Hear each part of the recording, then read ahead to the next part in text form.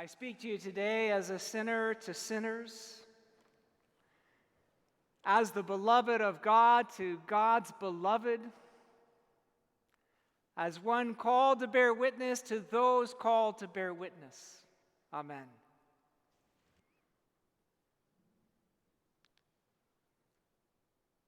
Probably 25 years ago, I was with my daughter Phoebe, who was then 3 years old at the time, and I was teaching at this college that was located in Swanee, Tennessee, a tiny little college that was located on a mountaintop far away from everything. And I had Phoebe for the day, and so we decided to drive into Chattanooga to kind of see the bright lights in the big city and to have some Chinese food. And as we were leaving that afternoon, we went by this children's store, and Phoebe said, can we go in there? And I said, sure. And we went in, and she went right up to the really expensive dresses that were there for the children. And these were costumes, but they were just incredible, handmade stuff. They were brilliant and beautiful. And Phoebe took one green costume out, and she said, Daddy, can I try this on? And I asked the manager of the store. She said it'd be fine. And so Phoebe tried on the dress, and she looked in the mirror, and she did something I've never seen her do. She kind of just held on to the hem of the dress, and she said, it's beautiful. And I looked at the cost of it. It was $69. And I said we couldn't afford it. We didn't have 2 nickels to rub together in those days. And so I had Phoebe take off the dress, and I put it in on the rack, and I said that we would ask Mom when we got home. And we got back into the car and went back up to our little mountaintop home.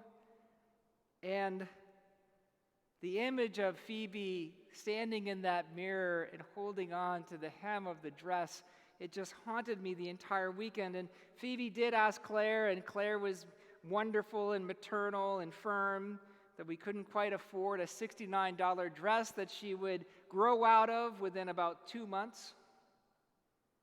And I was resigned to this fate, but I had this moment on a Monday in which I realized I had a 2-hour gap in my classes that I was teaching, and I suddenly realized I was going to do something impulsive and rash, and I jumped in the car and I drove to Chattanooga. It's normally about a 50-minute journey. I made it in about 35 minutes. I ran into the store. I bought the dress. I got back into the car, and I was headed back to my next class, and I was pulled over by a state trooper.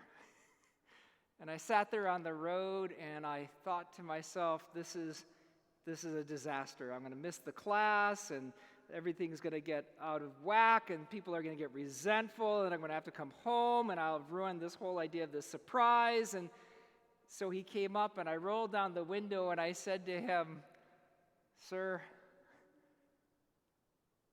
I am guilty as sin, and you know it. I was going too fast, but if you look in the back of this car, you're going to see a green dress and a package, and that's for a little girl, and that girl is my daughter. And I rushed down to buy it for her because I wanted her to have something nice. And I hope you understand, but I just wanted to let you know that. And the state trooper stepped back, and then he looked at me and he said, these days pass quickly. Go home. And he let me go. And I remember that moment, that little gesture of kindness. I got there to my class, and I brought the dress, and Phoebe thought I was the dad that I wanted her to think I was, and there was this incredible moment of joy and celebration when we put on the dress and that she went around in it, and I realized everything kind of pivoted around that one gesture of kindness that officer had shown me. What is kindness? We live in a time in which we have desperate need for kindness. In fact, we live in a time in which there is so much division and distrust, so much tumult, and so much fear that kindness seems to be in short supply. But what is kindness?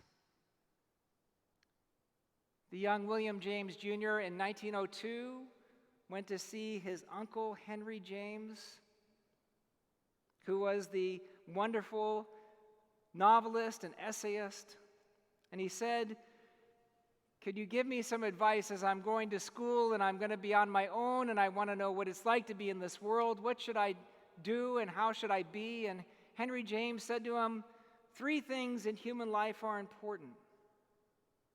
The first is to be kind. The second is to be kind. The third is to be kind." And in the late 1980s, early 1990s, Fred Rogers of Mr. Rogers' Neighborhood was asked by an interviewer what his philosophy of life was, and he remembered this interview with Henry James, and he cited it, and he said, "The secret to success is to do 3 things: to be kind, to be kind, to be kind." All of us, I think, know instinctively what it means to be kind. We know when we are being treated kindly and when we're being treated unkindly. Yet the question remains, what is kindness?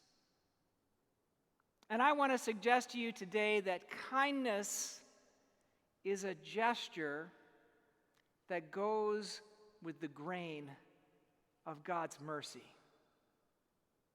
Kindness is not a total thing. It's not something that you would see in once and for all in all things, but kindness is incredibly particular, and it is a kind of gesture, a kind of act that is laden with meaning and symbolism and love that somehow goes with the grain of God's grace. And kindness is not something we can instruct someone to do easily. It's not something that you can simply do with your hands or your feet. It has to come out of your very being. Kindness, by going with God's grace, extends and somehow encapsulates in a small form a reminder that we are God's beloved. The root of kindness in English is kin. And it's the same idea in which you have a kind of, it expresses a kind of gesture of shared humanity, of shared race, of shared nationhood, of being neighbors to one another. And so to be kind to someone, to be kind to a stranger, to practice, as the bumper stickers once said, random acts of kindness, is to actually say to another person that you matter to me and that we are connected in ways that we somehow cannot fully express except sometimes in gestures, in kind actions, in a moment of mercy, when we hold a door, or we let someone go, or we care for another person. We begin to step into that larger gesture of God's grace to us. Kindness is in short supply these days because we are in a time of pandemic in which we are experiencing incredible amounts of distance from one another, in which it's hard for us to even have human interactions, and kindness seems to depend upon that kind of interactivity, that kind of exchange, so that the gesture in all of its power can be shared. And yet, kindness is so necessary, because what are we without kindness? Without kindness, without gentleness, without the wonderful meekness and lovingness that we show one another, without the tenderness we show one another, we become only some people to be somehow bought and sold or traded on the market, or our meetings with one another become purely economical. But kindness asks us to step more deeply into a relationship and to express it with an action that is laden with meaning, with a gesture that says, "You matter. You are beloved." In our Fruits of the Spirit series, we've been talking about love, joy, peace, patience, and now we turn to kindness. And I want to suggest to you that kindness is something that is so context dependent that you and I will have to think through in our minds prayerfully to see those moments in which someone has been kind for us and to us. And that moment of incredible kindness somehow turns and makes us aware of the depth of our relationship. So kindness exists in the small spaces between us. It exists in ways that we can scarcely sometimes see, except in the moment when it emerges. And because of that, I believe that kindness is best explained and approached through images and poetry and stories. And today I offer you 3 poems about kindness. And in each of these poems, I want you to see a slightly different inflection of the language of kindness. The first inflection is that kindness is a kind of gesture of love. And so the first poem is from an Irish poet, Leanne O'Sullivan. The title of the poem is Leaving Early. O'Sullivan wrote these poems as her husband was trying to recover from this incredible brain infection that wiped away his memory and it required him only to kind of somehow communicate through the animals he could see outside of the window of his hospital room. And so O'Sullivan writes this poem about leaving early, about a moment in which she has to go and she has to trust the kindness of the nurses that will be caring for her husband that night. And this is the poem, Leaving Early. My love, tonight, Fionnuala will be your nurse. You'll hear her voice sing-song around the ward, lifting a wing at the shore of your darkness. I heard that in another life too. She too journeyed through a storm, a kind of curse with the ocean rising darkly around here, fierce with cold and no resting place, only the frozen rocks that tore her feet, the light on her shoulders, and no cure there but to wait it out. If while I am gone, your fever comes down, if the small salt-laden shapes of her song appear to you as a first glimmer of earth light, follow the sweet, hopeful voice of that landing. She will keep you safe beneath her wing. Leaving Early is a poem that works at an immediate level. O'Sullivan is leaving her husband for the day, and she's trusting him and entrusting him to the kindness of the nurses in the hospital. And you and I reading this now, we can see something of the resonance between the many people who have practiced kindness in our hospitals, the caregivers and nurses and doctors who have continued to not only serve, but to serve with kindness. And you can see some resonances with the current pandemic in which there is no cure there, but to wait it out. O'Sullivan knits within this poem an even deeper message, which is that the term, the word Fianawala, is a reference not only to an actual nurse that might be there on the ward of the hospital, but also to an Irish story or legend of a daughter who was changed into a swan by an evil enchantress, and she was stuck as a swan for 900 years until finally she found her way back to being human and back to home. And so everything in this poem is a journey through the darkness and the cold that Fianawala had to do in the legend. And O'Sullivan brings that up for her husband because it's a reminder to us that kindness requires a kind of knowledge. The gesture of kindness is not just a gesture of care that is physical, but a kind of grace that is metaphysical, that is spiritual and powerful.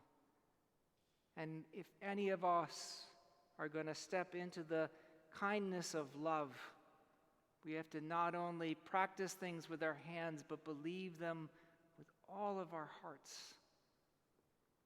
And so she tells her husband that Fianawala, the nurse, and Fianawala, the legend, and things all that are larger than anything that we can count or measure or see or touch or feel, all of these things will keep you safe beneath her wing. The second poem I want to bring up to you speaks about the gesture of kindness as a kind of liberty, as a kind of release, as a kind of liberation, as a kind of movement into freedom and permission to be.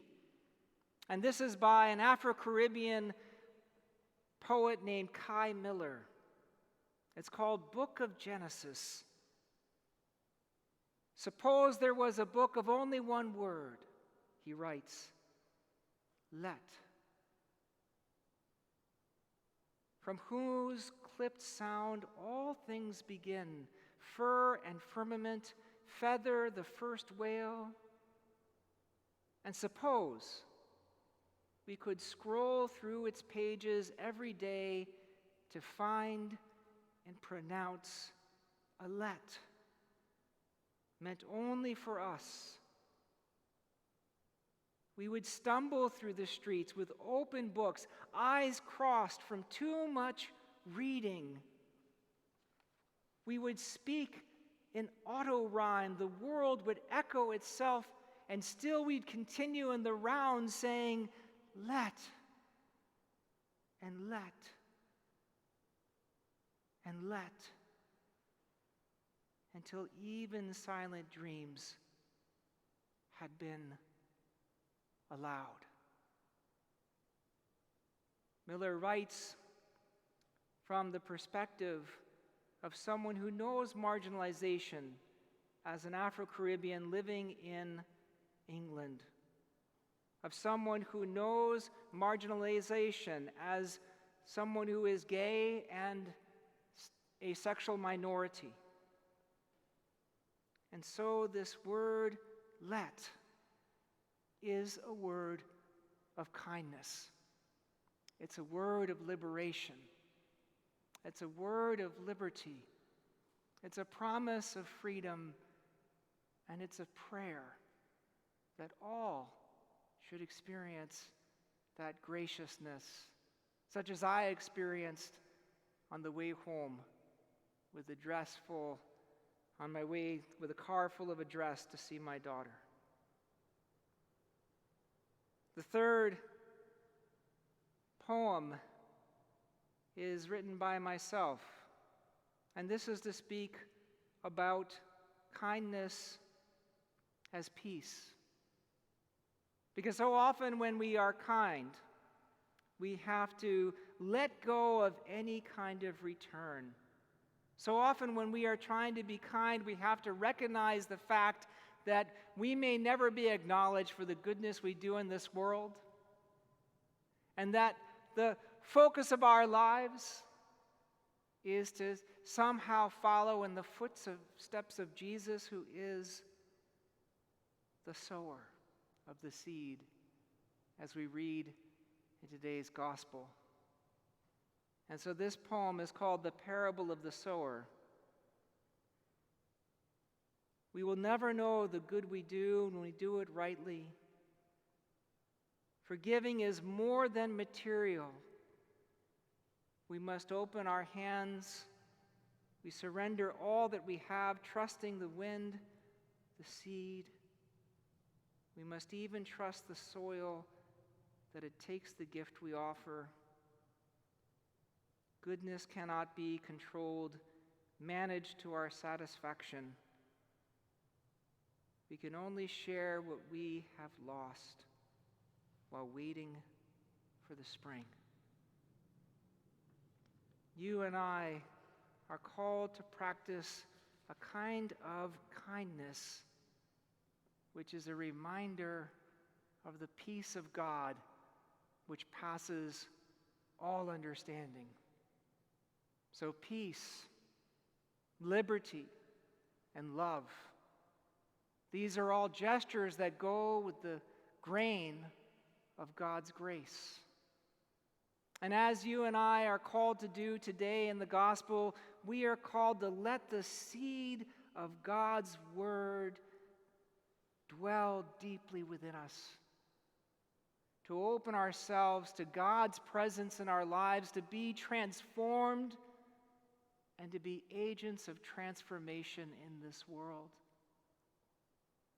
In what way can you do a kindness of love,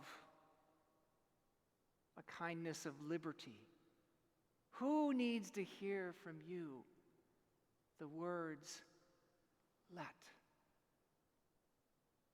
And in what ways can you give and find in the giving the peace of knowing that you are acting within the love and grace and mercy of God?